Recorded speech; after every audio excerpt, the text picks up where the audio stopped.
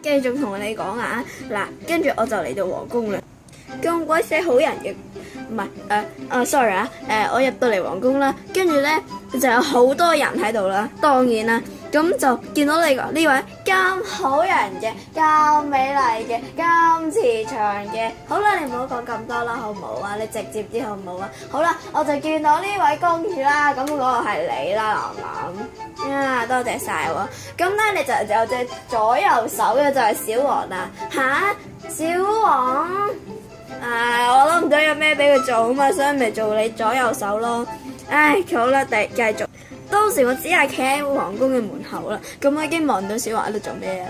哎呀，楠楠啊，點解你唔戴翻個皇冠啫？咁咪人哋唔知你係公主個噃。哎呀，人哋不嬲都知噶啦，人哋唔認得我個樣咩？跟住見到成大班人啊，唔知做乜嘢喎，又唔行埋嚟嗰啲爵士，所以你係講爵士定爵士啊？其實我係講緊爵士嘅。好啦，個個都唔行埋嚟啊嘛，咁我咪試下行埋嚟咯。但係一眼咧就俾你認得出係我啦。吓？乜我有咁猛你咩？跟住我梗係飛過嚟啊！當時跟住話親愛嘅陛下，願唔願意跳隻舞啊？跟住你當時肯定話好啦。吓？你覺得我會同你跳舞咩？你知嘛？我可能唔會同你跳舞噶喎，知嘛？唔好講咁多算啦，我要繼續故事啊！咁當然咧，我跳到得意忘形啦，然之後發生咗啦已經，到12點啦，跟住就話我要走啦，但係你不停咁扯住我啦，跟住咧最後我剝甩咗我件袍，唔係我個斗篷，跟住我當然同你講話 ，sorry 我要走啦，拜拜，出唔到去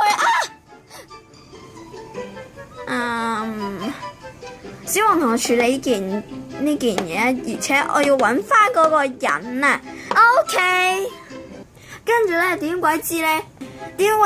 小王咧一嚟咧就嚟我哋屋企嗰度守喎，就話親愛嘅我而家係要嚟呢度咧示範3位爵士嚟試下呢件斗篷嘅。